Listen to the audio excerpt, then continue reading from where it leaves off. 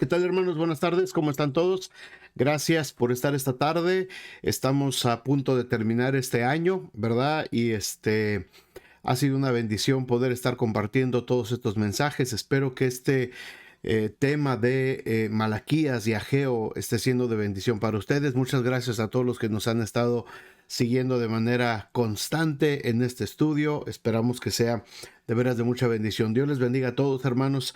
Y vamos a nuestro tema número 10 el día de hoy. Vamos a hablar acerca del Señor censurando las condiciones sociales en las que se encontraba el pueblo de Israel en el tiempo del profeta Malaquías. Dos temas muy importantes que toca estos versículos del capítulo 2, versículos 10 al 16, que son temas que ahora cuesta trabajo hablar, cuesta trabajo interpretar, son situaciones que seguimos viviendo todavía, pero que pues a la luz de la palabra de Dios lo tenemos que hablar, lo tenemos que platicar, y pues cada quien tomará sus decisiones y cada quien tomará su responsabilidad delante de Dios en cuanto a estos temas. ¿Cuáles son?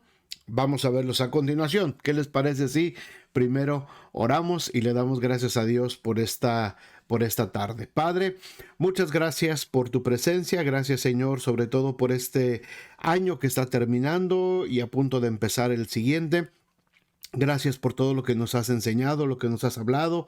Te pedimos, Padre, que durante el próximo año, si todavía Cristo no viene por nosotros, podamos seguir aprendiendo de tu palabra, podamos seguir analizando las Escrituras y entendiendo las cosas hermosas que tienes para nuestra vida, Padre. Muchas gracias por este estudio del día de hoy y gracias por cada una de las familias que ya están conectadas, que están dispuestas a estudiar tu palabra en esta tarde, Padre. Gracias en nombre de Jesús. Amén y amén. Bueno, pues vamos entonces, hermanos, a este tema número 10, el tema número 10 de nuestro estudio. Como les decía, Dios está hablando acerca de las condiciones sociales que se estaban viviendo en ese tiempo. Recordemos que estamos hablando del tiempo del post-exilio, es decir, ya regresaron los judíos del destierro en Babilonia, después fue en Persia. Ahora están regresando, están repoblando nuevamente Jerusalén, y Dios está tratando con esta nueva generación. Dios está hablándoles acerca de las cosas que deben de hacer, y por medio de los profetas les está reprochando también las cosas que ellos hicieron. Era un tiempo de crisis total, había rebeldía total en la nación de Israel, así es que Dios tiene que hablar, y la profecía de Malaquías es una profecía fuerte, es una palabra de exhortación muy, muy fuerte, que muchas veces a la gente le cuesta trabajo también escuchar todavía hoy en día, y pensamos que pues no, ya no es para nosotros, pero hermanos, hay principios bíblicos, principios espirituales que por supuesto siguen teniendo importancia en nuestras vidas el día de hoy. Vamos a ver estos versículos ahora del 10 al 16 en el capítulo 2, si tienen sus Biblias ahí, y vamos a hablar un poquito acerca de esto que el Señor está hablándole a la nación de Israel. Hermanos, no cabe duda, no nos cabe la menor duda de que Dios siempre ha querido que nosotros, que el pueblo de Israel en aquel entonces y nosotros ahora como iglesia, manifestemos, que seamos luz a la gente que no le conoce, y que a través de nuestra conducta diaria podamos nosotros dar testimonio de la relación que Dios ha tenido con nosotros. Era lo mismo que pedía Dios a Israel, que a través de su comportamiento, a través de su conducta, ellos manifestaran a la gente la relación que tenían con Dios. No solamente había el Señor implementado todo el sistema religioso, él quería que todos los aspectos de la vida cotidiana se conformaran a las normas santas y justas de Dios que él mismo había puesto para el pueblo. Había dado, por supuesto, instrucciones muy precisas, muy minuciosas en cuanto a la construcción del templo, en cuanto a los sacrificios, los días festivos, las ropas sacerdotales y, en fin, un sinfín de detalles que tenían que ver con el aspecto de la adoración. Pero la relación, hermanos, la relación con el Dios de la Biblia no se reserva a unos cuantos, ni se limita a unos momentos de ritos religiosos. No es solamente el domingo cuando vamos a la iglesia. No es solamente los días que tenemos reunión. La fe en Dios fue en aquel entonces de Malaquías y ahora en el tiempo de la iglesia un estilo de vida. Es un estilo de vida del que reconoce el derecho que el Señor tiene a imponer sus normas de vida social en el pueblo. Es decir, Dios nos dice cómo debemos de comportarnos delante de la gente. Dios nos dice cómo debe de ser el trato con nuestros semejantes. Se lo dijo al pueblo de Israel. Jesús nos los dijo a nosotros ahora como parte de la iglesia. Nuestro trato con los semejantes, nuestro trato con la gente que nos rodea, tiene mucho que decir acerca de que nosotros somos ahora hijos de Dios. En el Nuevo Testamento, el apóstol Pablo exhortó a los Efesios. En la carta a los Efesios, capítulo 4, versículo 1, dice: yo pues, preso en el Señor, os ruego que andéis como es digno de la vocación con que fuisteis llamados. Es decir, tenemos que comportarnos todos los días de una manera digna como hijos de Dios. Debemos de comportarnos de la manera con la vocación con que fuimos llamados. El ser cristiano no solamente es haber reconocido a Jesucristo como Señor y Salvador en nuestra vida. El ser cristiano no se limita solamente a servir al Señor los días de la iglesia o estar desarrollando algún tipo de ministerio. El ser cristiano involucra nuestra conducta todos los días, nuestra vida, todo lo que hagamos tiene que reflejar la esencia de lo que es la vida cristiana. En esto conocerán que sois mis discípulos, dijo Jesús, en que os améis unos a otros. Ahora, amor. Este amor entre los discípulos no significa solamente, ay, te quiero mucho, te amo, Dios te bendiga, cuánto te quiero. No se trata de eso, no se limita solamente a eso. Amarnos unos a otros significa el trato diario que tenemos primeramente entre nosotros como cristianos y también con toda la gente que nos rodea. ¿Cómo es nuestro trato? En eso se muestra el amor de Dios.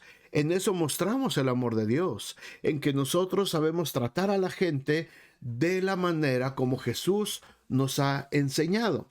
Así es que el trato hacia las otras personas, nuestro comportamiento diario es lo que refleja que nosotros somos hijos de Dios. No lo bonito que cantamos, no cuánta Biblia no sabemos de memoria, no cuántos domingos hemos asistido a la iglesia sin faltar. Eso no refleja necesariamente solamente lo que somos como hijos de Dios. Nuestra conducta, nuestro testimonio diario reflejan quienes somos también en Cristo Jesús. A través de la historia de la raza humana que fue caída y distorsionada por el pecado, ha sido la obligación del pueblo de Dios marchar siempre al ritmo que nos distinga de los demás. El mundo lleva su propio ritmo, el mundo lleva sus propias reglas. Nosotros vamos en el carril opuesto. Mientras el mundo odia, nosotros amamos. Mientras el mundo no perdona y busca venganzas, nosotros sabemos perdonar. Mientras el mundo maldice, nosotros bendecimos. Mientras el mundo roba, nosotros damos y bendecimos a otros. Mientras el mundo adultera, nosotros nos mantenemos fieles. Mientras el mundo blasfema, nosotros honramos al Señor. Es decir, nosotros vamos siempre en sentido opuesto a cómo va el mundo. Por supuesto, hermanos, por supuesto, mis amados hermanos, que no siempre es agradable ser diferente a la muchedumbre. Cuesta trabajo muchas veces, sobre todo cuando recién te has convertido, cuando todavía tu vida no está disciplinada a seguir las conductas cristianas y las normas espirituales, cuando tuviste mucho arraigo en las cosas del mundo y ahora estás en Cristo particularmente, es muy difícil poder ir en contra, ser diferente de todo lo que hace el mundo. Yo les he dicho este ejemplo muchas veces, se los vuelvo a repetir. El diablo va a saber tratar por dónde querer hacerte tropezar, por donde sabe que tú estabas muy relacionado con el mundo. Si tú viviste una vida completa de desenfrenos, de alcoholismo, de drogas, de adicciones, de adulterios, de mentira, de robo, pues por ahí va a tratar todavía el diablo de hacerte tropezar. Los que no han sido expuestos a ese tipo de conductas, pues no se convierte necesariamente en una lucha, no se convierte en una batalla. Por ejemplo, yo nunca, no le agarré afición al alcohol, ni siquiera una cerveza. No soporto el sabor del alcohol, me molesta en mi paladar. Este, pero hay gente, por supuesto, que pues le encanta, ¿verdad? Y es su vida todos los días o fin de semana, el alcohol. A mí no me llegan tentaciones, ni el diablo usa ese tipo de tentaciones del alcohol para hacerme caer. Porque yo no voy a caer ahí, porque no me gusta, porque no me siento atraído hacia eso.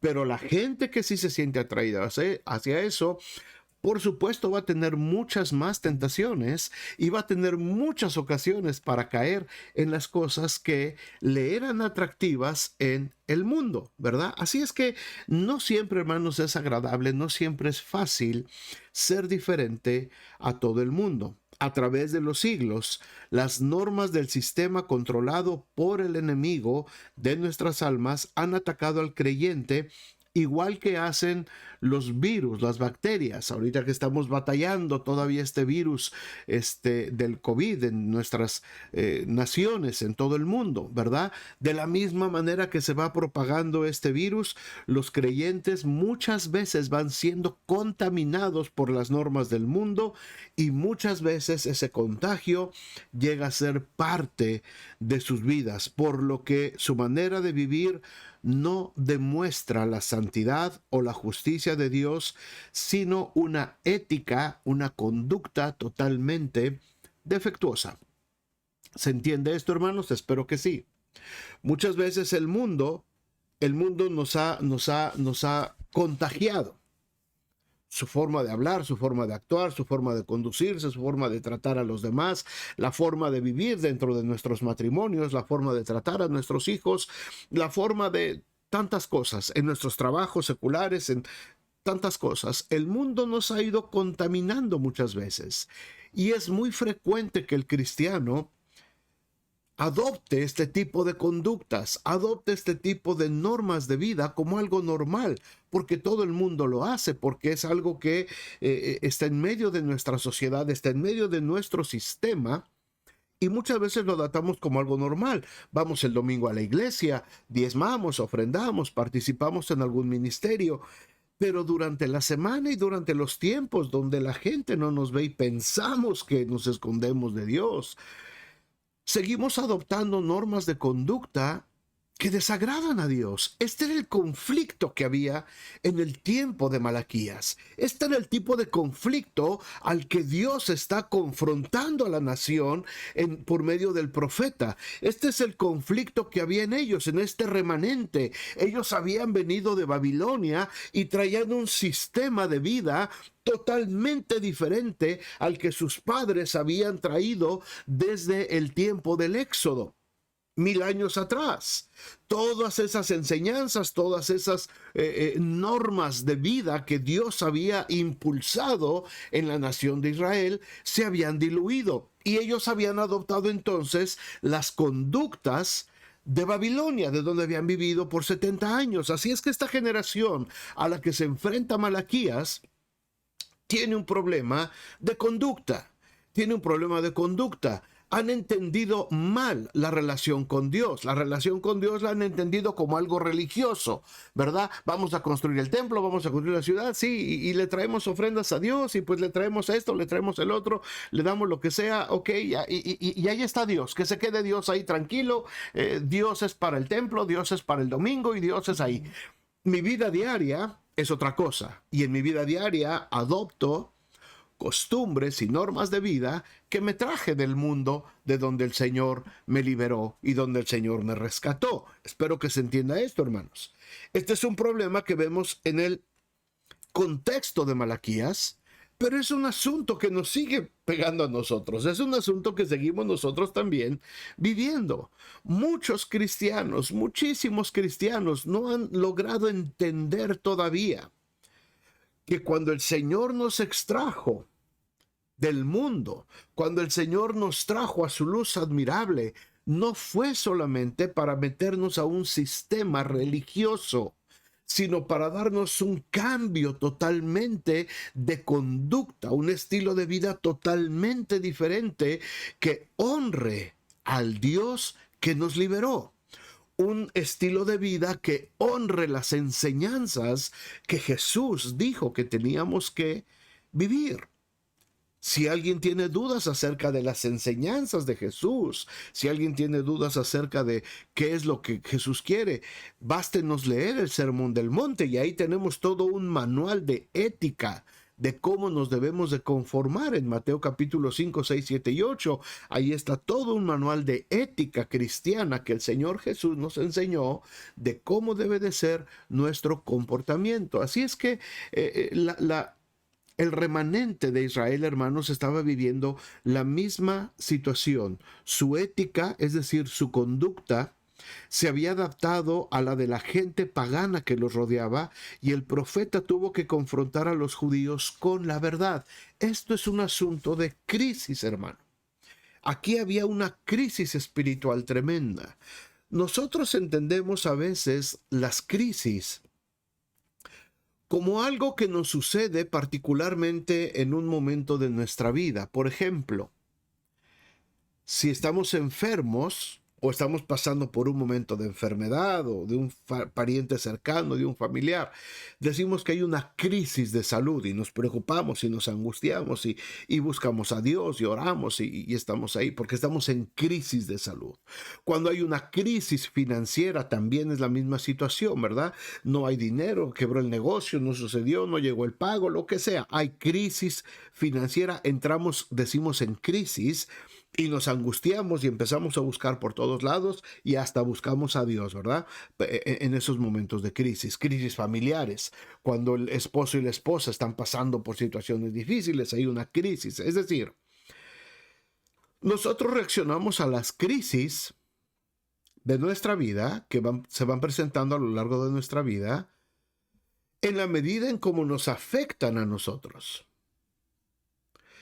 Si una crisis económica, familiar, de salud, me afecta directamente mi estabilidad, mi comodidad, mi estilo de vida, entonces me preocupo y busco reaccionar y tomar una acción. Sin embargo, hermanos,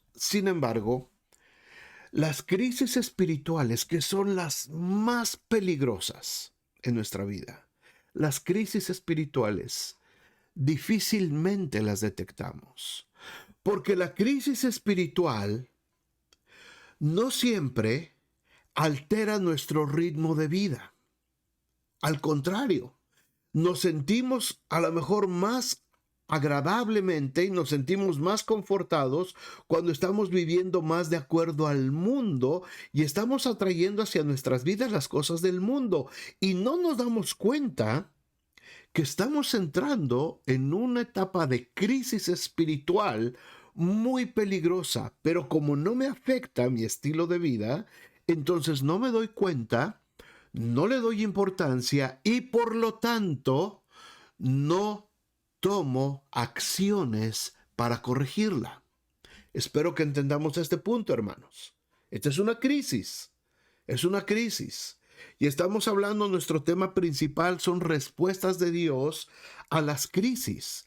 E inmediatamente todos pensamos en nuestras crisis que afectan nuestra vida diaria. Pero muchas veces no pensamos en las crisis espirituales, que no nos damos cuenta que están afectando nuestra vida. Entramos en ritmos de vida que nos separan, nos van separando del camino de Dios. Pero como eso no afecta nuestra comodidad, como eso no afecta lo bonito de la vida, entre comillas, que estamos disfrutando, entonces no le damos importancia y no tomamos acción al respecto. Es exactamente lo que le estaba pasando al pueblo de Israel.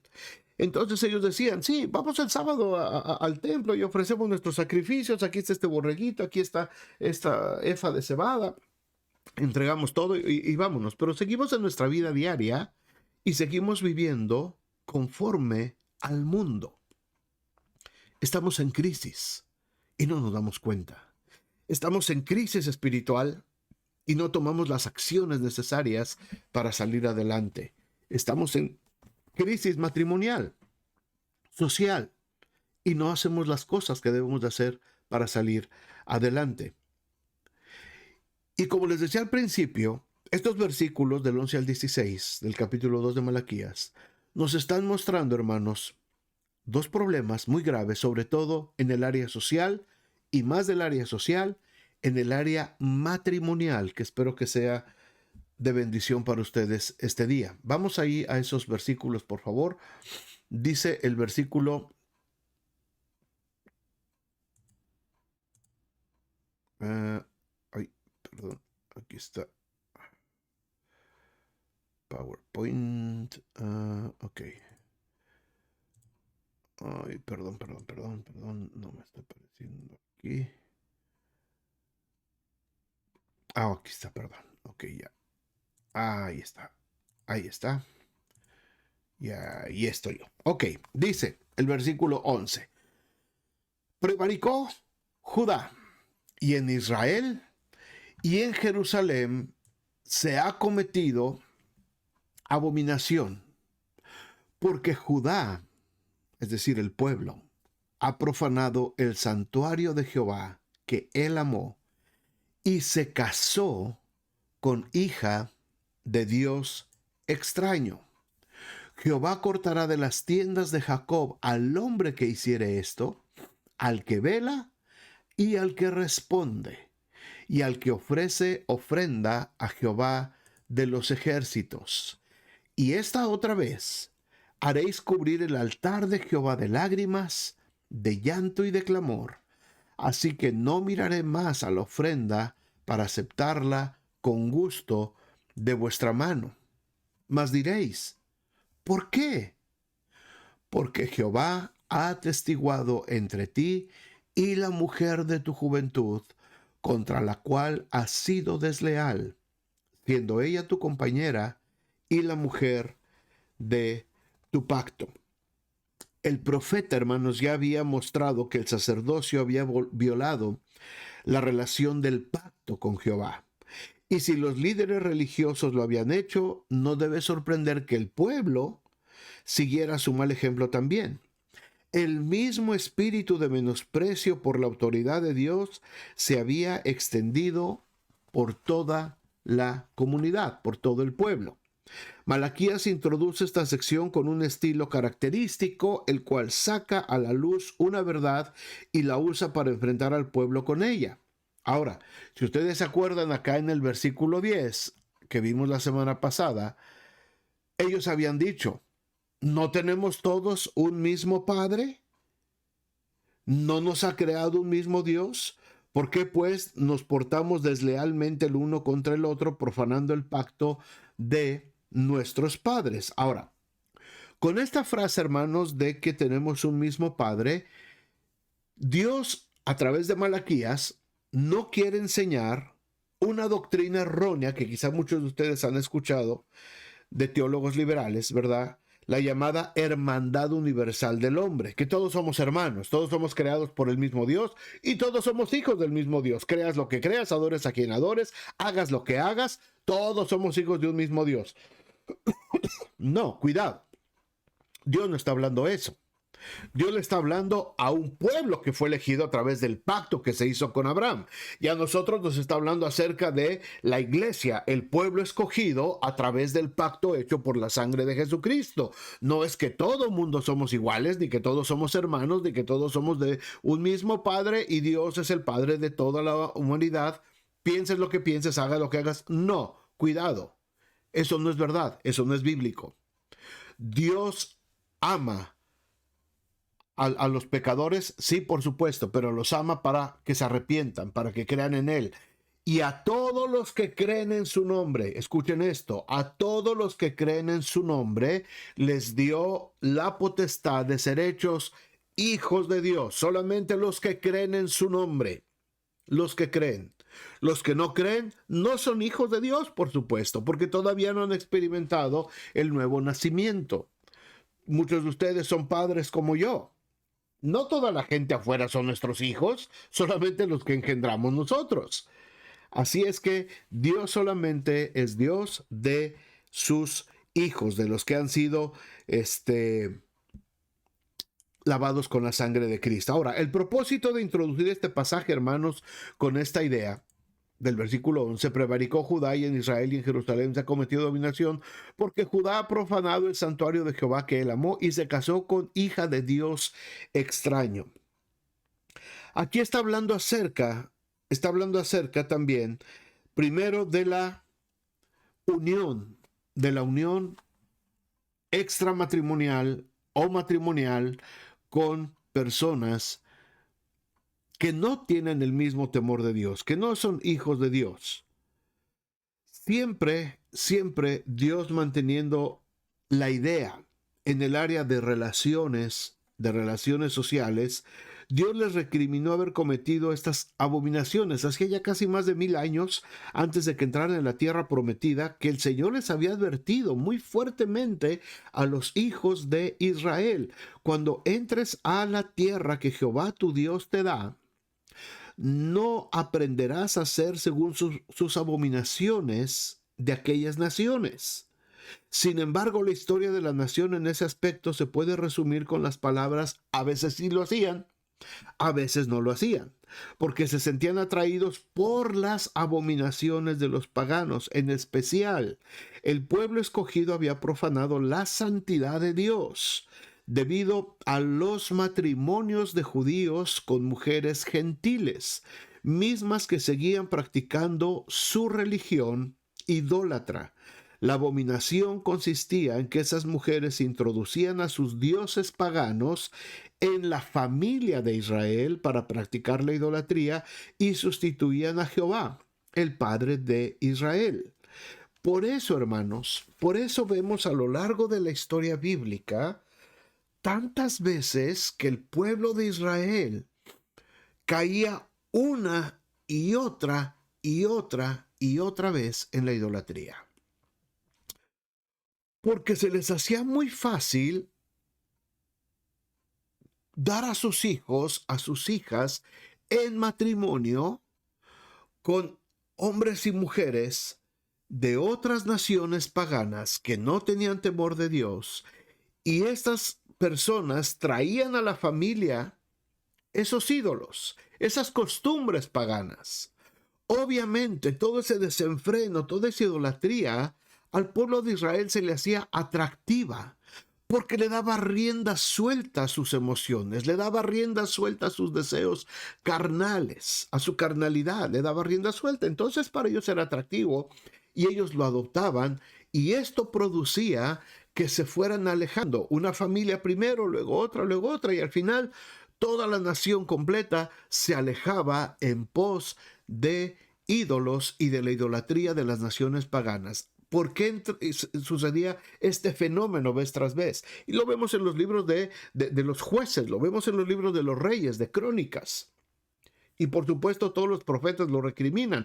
¿Por qué Israel se volvía una y otra vez hacia la idolatría? Porque al unirse en yugo desigual con los gentiles, entonces ellos estaban trayendo la cultura y estaban trayendo los dioses y la idolatría de esas naciones. Y cuando se daban cuenta, ya se habían olvidado nuevamente del Dios de Israel, de Jehová de los ejércitos, que les exigía vivir en santidad. Y empezaban a vivir de una manera desenfrenada, de acuerdo a las costumbres de las naciones paganas, porque les era más placentero, por supuesto. Era más placentero vivir de esa manera que viviendo en la santidad de Dios. Así es que lo primero que Dios les recrimina en esta crisis social que estaba enfrentando el pueblo y no se daban cuenta, es que estaban uniéndose en yugo desigual con los infieles.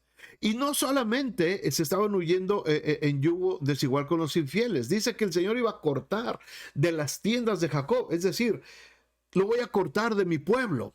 Al hombre que haga esto, al que vela y al que responde y al que ofrece ofrenda a Jehová de los ejércitos. Porque venían a ofrecer sus ofrendas aún sabiendo que estaban viviendo en idolatría, que estaban viviendo en pecado, que estaban viviendo de manera desigual. Ahora, déjenme hablarles un poquito de esto, extender un poquito más este tema, hermanos. Ahora como cristianos, ahora como hijos de Dios, sabemos que nuestros hijos, sabemos que nuestras hijas no deben de unirse en yugo desigual con los infieles. Sin embargo, sigue sucediendo. Eso es una realidad. No nos vamos a cerrar la mente, a decir que no pasa. Por supuesto que pasa. Pasó en el tiempo de Malaquías y ha pasado a lo largo de toda la historia. ¿Cuál es la consecuencia? ¿Cuál es el resultado? Por lo general, cuando un joven se casa con una muchacha que no comparte la misma fe, o una señorita cristiana se casa con un hombre que no comparte la misma fe, por lo general, la mayoría de los casos, el pagano, el que no conoce a Dios, termina arrastrando al cristiano hacia su estilo de vida. Un estilo de vida apartado del Señor, un estilo de vida lejos de la comunión con Dios, un estilo de vida apartado del servicio a Dios y de la consagración a Dios. Por lo general así sucede. En algunas ocasiones, lamentablemente son las menores, en algunas ocasiones, en esa pareja desigual, el cristiano logra hacer que la otra persona, aunque no era cristiana, conozca al Señor, entregue su vida y los dos formen una unidad espiritual. Sucede, por supuesto que sucede también, muchísimas veces. Tenemos un ejemplo precioso en el libro de Ruth, ustedes se acuerdan. Noemí va con sus dos hijos, son judíos. Son hijos de Abraham, son hijos del pacto. Y se casan con mujeres extranjeras, con moabitas, con Ruth y Orfa, ¿verdad? Pero la influencia tanto del esposo como de los padres llega a ser tan fuerte en esta mujer, en esta nuera llamada Ruth, que ella renuncia a sus dioses paganos y ella se convierte al Dios de Israel, al grado de que aun cuando su esposo muere y su suegro muere, ella tiene ya una convicción tan fuerte que le llega a decir a su suegra Noemí: donde tú vayas yo iré, donde tú mueras moriré, tu Dios será mi Dios. Ahí hay una convicción. ¿Puede suceder? Por supuesto que puede suceder, hermanos. Y esa debe de ser nuestra oración. Si alguno de nuestros jóvenes se ha unido en yugo desigual, tenemos que orar, animarle, para que él sea de influencia tan grande que el esposo o la esposa puedan decir: tu Dios será mi Dios. Llegar a ese punto. ¿Se puede? Por supuesto que sí, Dios lo puede hacer.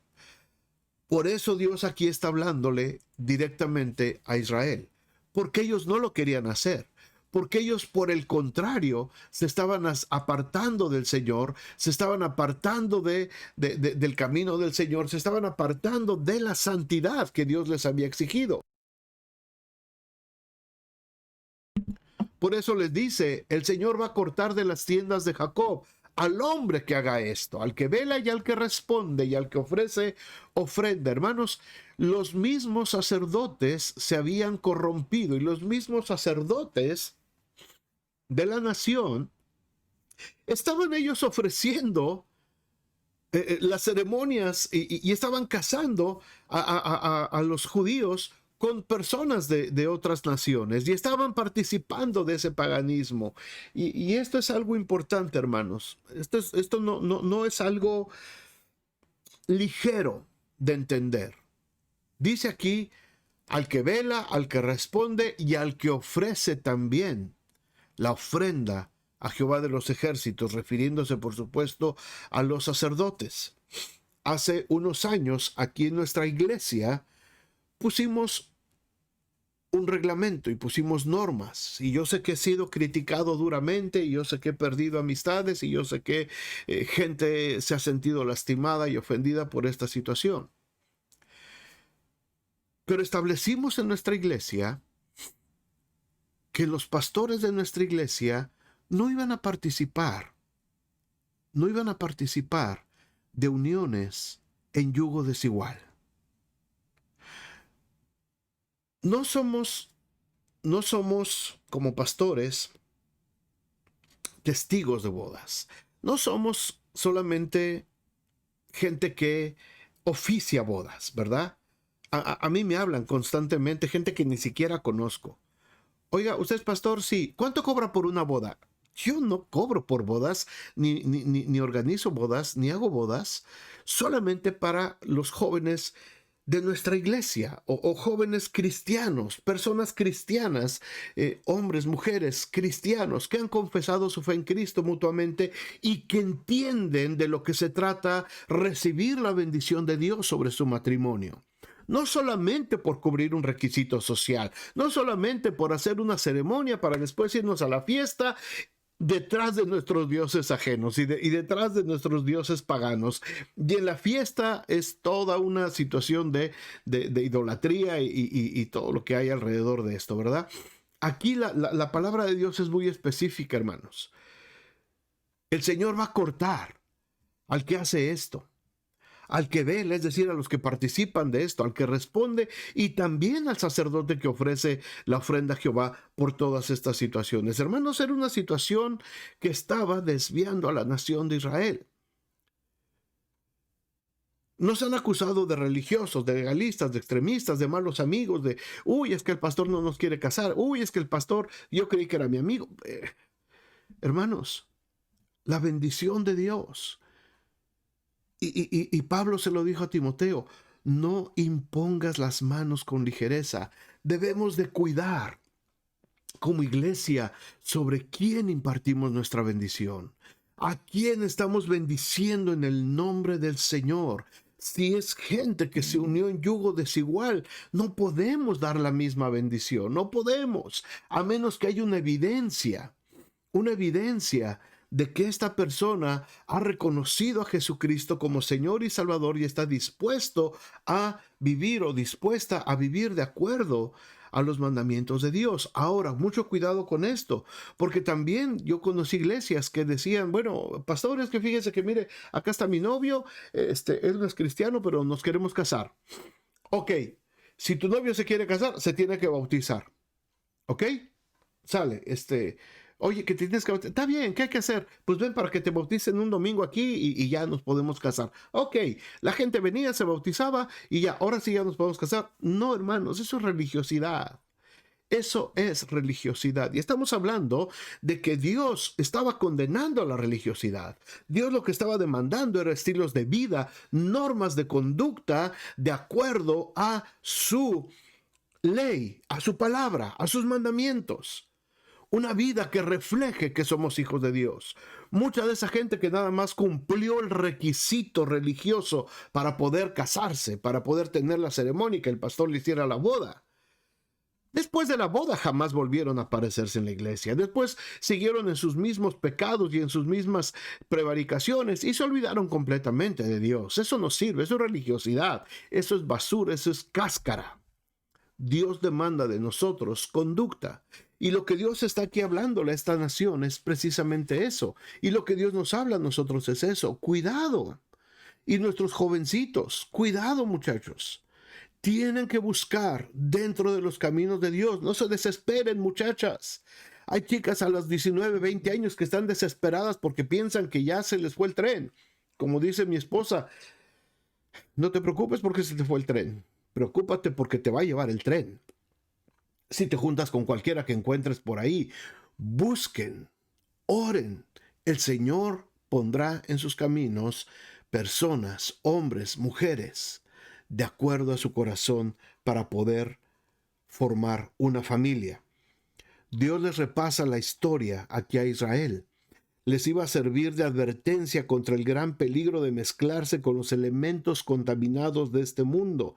La multitud que salió de Egipto incluía personas que se habían mezclado con los hijos de Israel y fueron los que causaron gran cantidad de problemas a Moisés durante todo el trayecto en el desierto. También fueron las esposas que practicaban religiones ajenas las que pusieron en peligro el reino de Salomón. A causa de tantas mujeres ajenas, Salomón cayó en pecado. De la misma situación volvió a presentarse en tiempos de Esdras, de Nehemías. Sin embargo, el remanente no aprovechó las lecciones de la historia y Malaquías tuvo que volver a tocar el tema de esta manera tan fuerte. Y lo volvemos a tocar nosotros también, hermanos. Por si alguien pensara que la idolatría no era tan seria, veamos este versículo que acabamos de leer, el versículo 12. El Señor cortará de las tiendas de Jacob al hombre que hiciere esto, al que haga esto. Así es que Dios, hermanos, sigue condenando hasta el día de hoy el yugo desigual con los incrédulos. Pablo lo dijo en 2 de Corintios 6:14, no os unáis en yugo desigual con los incrédulos. Y la otra cosa, hermanos, el otro tema grande que vemos en este párrafo es acerca del divorcio, del repudio, del que habla también Malaquías. Versículos 14 dice, el versículo 14, mas diréis, ¿por qué? Porque Jehová ha testiguado entre ti y la mujer de tu juventud, contra la cual has sido desleal, siendo ella tu compañera y la mujer de tu pacto. ¿No hizo él uno, habiendo en él abundancia de espíritu? ¿Y por qué uno? Porque buscaba una descendencia para Dios. Guardaos pues en vuestro espíritu, y no seáis desleales para con la mujer de vuestra juventud, porque Jehová Dios de Israel ha dicho que él aborrece el repudio, el divorcio, y al que cubre de iniquidad su vestido, dijo Jehová de los ejércitos. Y fíjense cómo termina el versículo. Guardaos pues en vuestro espíritu y no seáis desleales. Guardaos pues en vuestro espíritu y no seáis desleales.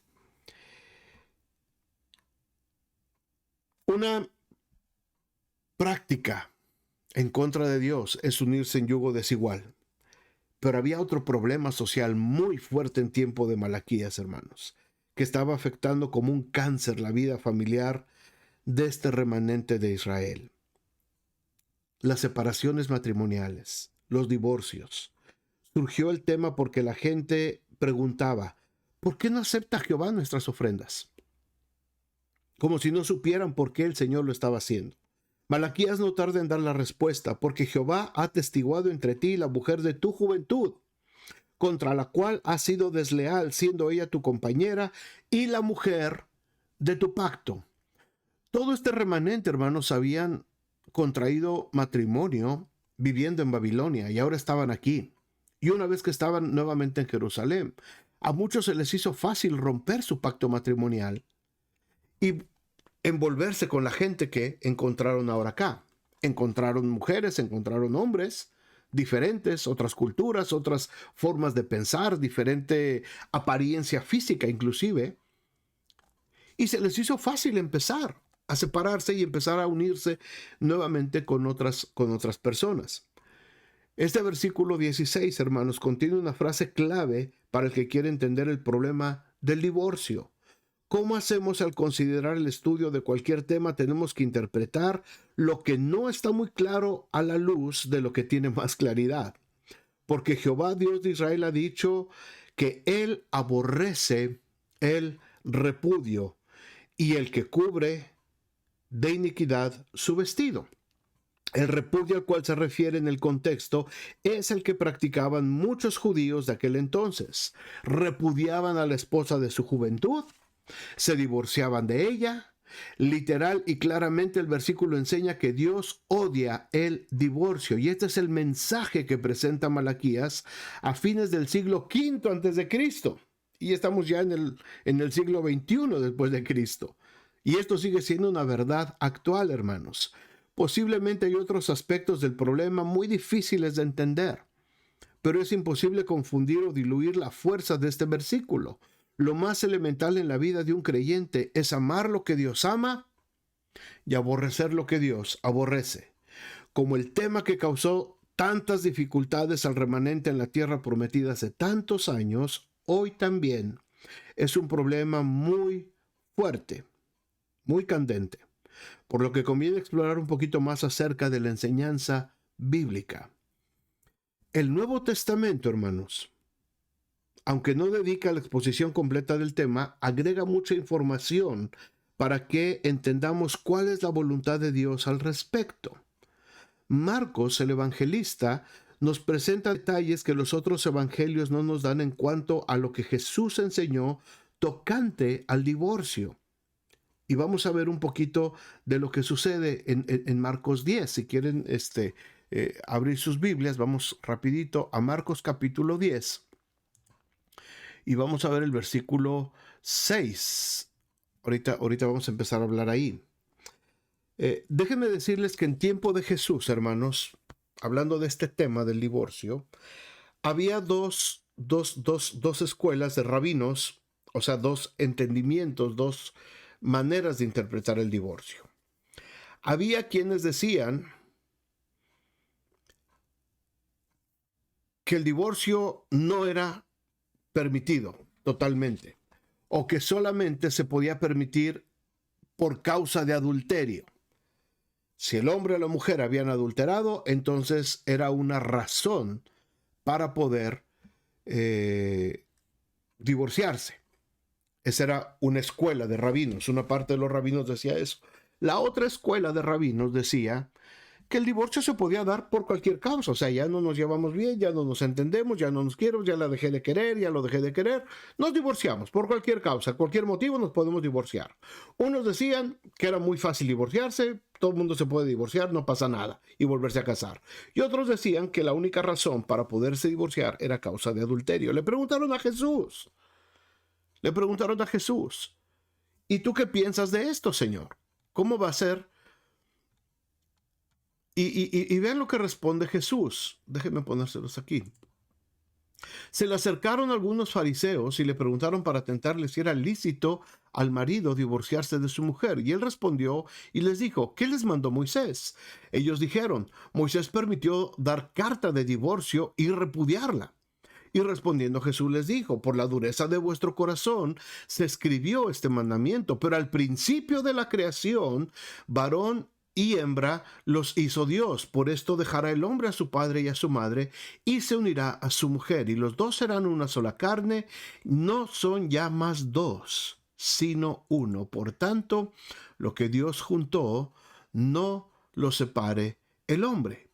No se quedaron tan complacidos y después en casa los discípulos volvieron a preguntarle acerca de lo mismo y les dijo, cualquiera que repudia a su mujer y se casa con otra, comete adulterio con ella. Y si la mujer repudia a su marido y se casa con otro, comete adulterio. Paz. Les puso el Señor aquí muy clara la cosa. Ni como dicen unos, que solamente por causa de adulterio, ni como dicen otros, que por cualquier causa se pueden divorciar. Jesús dijo, no. Y muchos ahorita saltan, ¿verdad? Espérenme tantito. Es que yo ya me divorcié, es que yo me volví a casar, ¿qué va a pasar? Entonces, a ver. Vamos a ver esto. Jesús le está hablando al pueblo otra vez. No está hablando acerca de la humanidad. Jesús le está preocupando por su pueblo, por su iglesia, por nosotros. ¿Somos cristianos? Sí. ¿Somos matrimonios cristianos? Sí. ¿Nos podemos divorciar? Jesús dice que no. Pero hay situaciones tan difíciles y cada caso es tan particular. Por supuesto que si hay un caso de violencia, si hay un caso de abuso, si hay un caso de que ninguna de las partes está cumpliendo con los requisitos que debe de cumplir un matrimonio, tanto el hombre como la mujer, es preferible mejor que se separen y que no se estén lastimando. Si no quieren entrar en el proceso de restauración de Dios, si sus vidas no quieren mostrar ese arrepentimiento y vivir de acuerdo a la voluntad de Dios. Ahora entendamos algo aquí, hermanos. Todo este tiempo que tenemos ahorita hablando aquí, ya casi una hora y ya vamos a terminar. Estamos hablando de que Dios está reprobando la conducta religiosa de la nación, por ende de la iglesia. Dios está reprobando que solamente en la iglesia somos una cosa y nuestra vida todos los días es otra, y Dios reprende eso totalmente. Quiere decir que si mi vida dentro de mi matrimonio no está reflejando que yo he sido transformado, lavado en la sangre de Cristo, y que de modo que Cristo ahora vive en mí, y que porque he creído en Cristo ahora tengo yo la potestad, el derecho de ser llamado hijo de Dios. Si mi vida matrimonial no está reflejando esa realidad, me estoy engañando a mí mismo. Soy religioso, pero no soy cristiano. No soy hijo de Dios.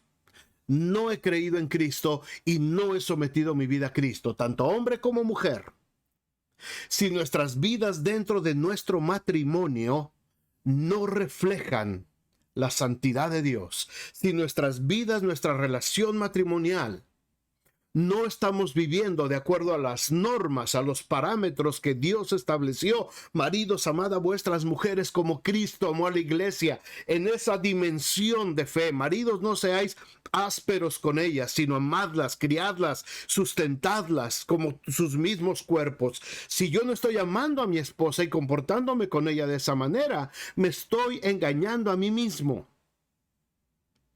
El cristiano se puede divorciar, el cristiano no llega al punto del divorcio. El cristiano, el religioso sí, el religioso sí. El que cree que es cristiano, pero no es cristiano, porque su vida no refleja el carácter de Cristo. Y lo mismo de la mujer. La mujer que es también adúltera, la mujer que es respondona, la mujer que es fatua, la mujer insensata, la mujer que está como gotera constante en la casa todo el tiempo, que no refleja la vida de Cristo, no refleja esa sensibilidad de Cristo en su vida. ¿Se quiere divorciar? Pues sí, porque ni cristiana es. Pero es que son miembros de la iglesia. Pero es que no todos los miembros de la iglesia son cristianos, hermanos. Entendamos estos. ¿Quién es cristiano? Aquel que hace la voluntad de mi Padre que está en los cielos. Aquel que refleja la luz de Cristo. Aquel que vive de acuerdo a la imagen y semejanza del Señor. Esos son los cristianos. Si tú te quieres divorciar, pregúntate entonces primero si eres cristiano. Jesús dijo, no te divorcies. ¿Hay situaciones difíciles entre los matrimonios cristianos? Por supuesto que sí, hermanos. Por supuesto que sí. ¿Yo he tenido conflictos con mi esposa? Por supuesto que sí, hemos tenido conflictos.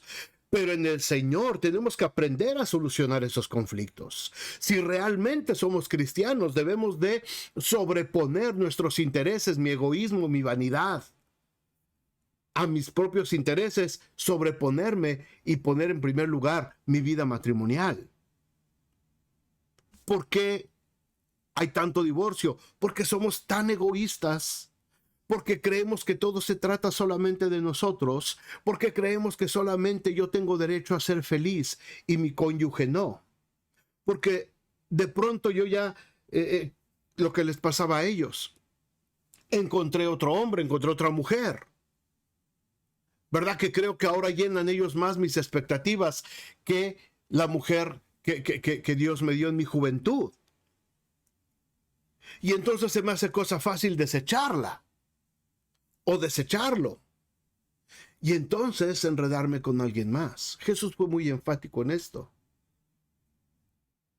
y les dijo, cualquiera que repudia a su mujer y se casa con otra comete adulterio. Y si la mujer repudia a su marido y se casa con otro, comete adulterio.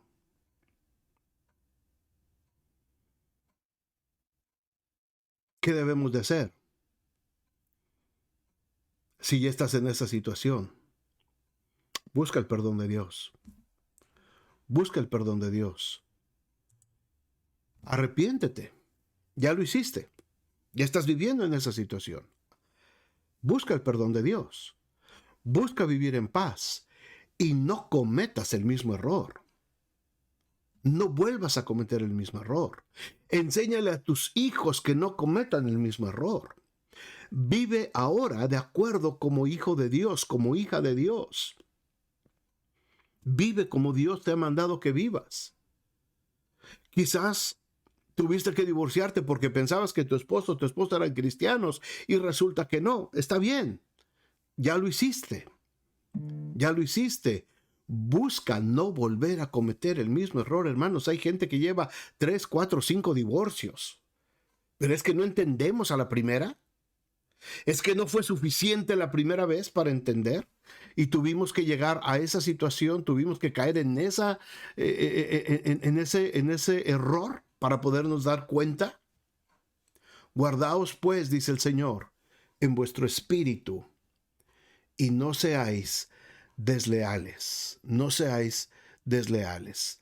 Déjenme decirles ya por último nada más acerca de esto que